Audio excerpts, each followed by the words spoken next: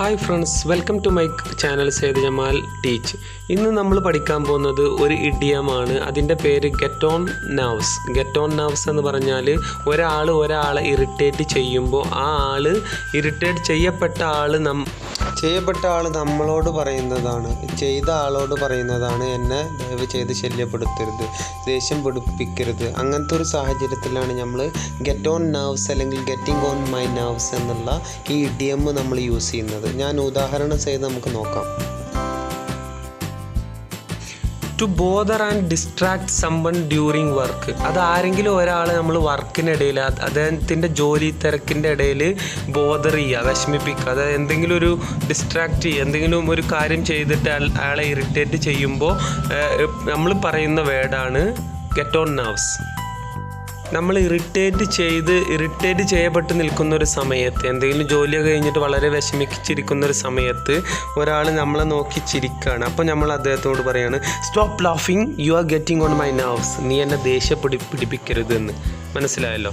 To irritate someone to a great extent, അതായത് ഒരാളെ ഒരു പരിധി വരേക്കും ഭയങ്കരമായിട്ട് ഇറിറ്റേറ്റ് ചെയ്യുക, ഒരുപാട് വിഷമിപ്പിക്കുക. അതിനാണ് ഈ ഗെറ്റ് ഓൺ നർവ്സ് എന്നുള്ള ഇഡിയം നമ്മൾ യൂസ് ചെയ്യുന്നത്. ഓക്കെ, മനസ്സിലായല്ലോ?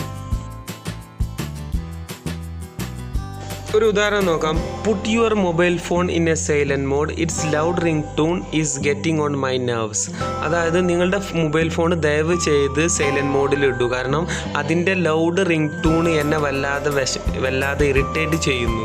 അതാണ് ഗെറ്റിംഗ് ഓൺ മൈ നർവ്സ്.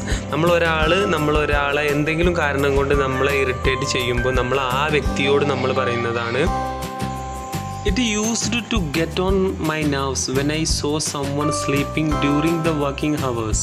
അതായത് ജോലി സമയത്ത് ആരെങ്കിലും ഉറങ്ങുന്നത് കാണുമ്പോൾ എന്നെ അത് ശരിക്കും ദേഷ്യം പിടിപ്പിക്കാറുണ്ട്. കാരണം ഒരാൾ വന്ന് നോക്കണം, അപ്പോൾ ജോലി സമയത്ത് ആരെങ്കിലും ഉറങ്ങുമ്പോൾ എന്നെ അത് വല്ലാതെ ഇറിറ്റേറ്റ് ചെയ്യുന്നു. അപ്പോൾ നമ്മളിവിടെ യൂസ് ചെയ്യുന്നത് get on my nerves, getting on my nerves. മനസ്സിലായില്ലേ?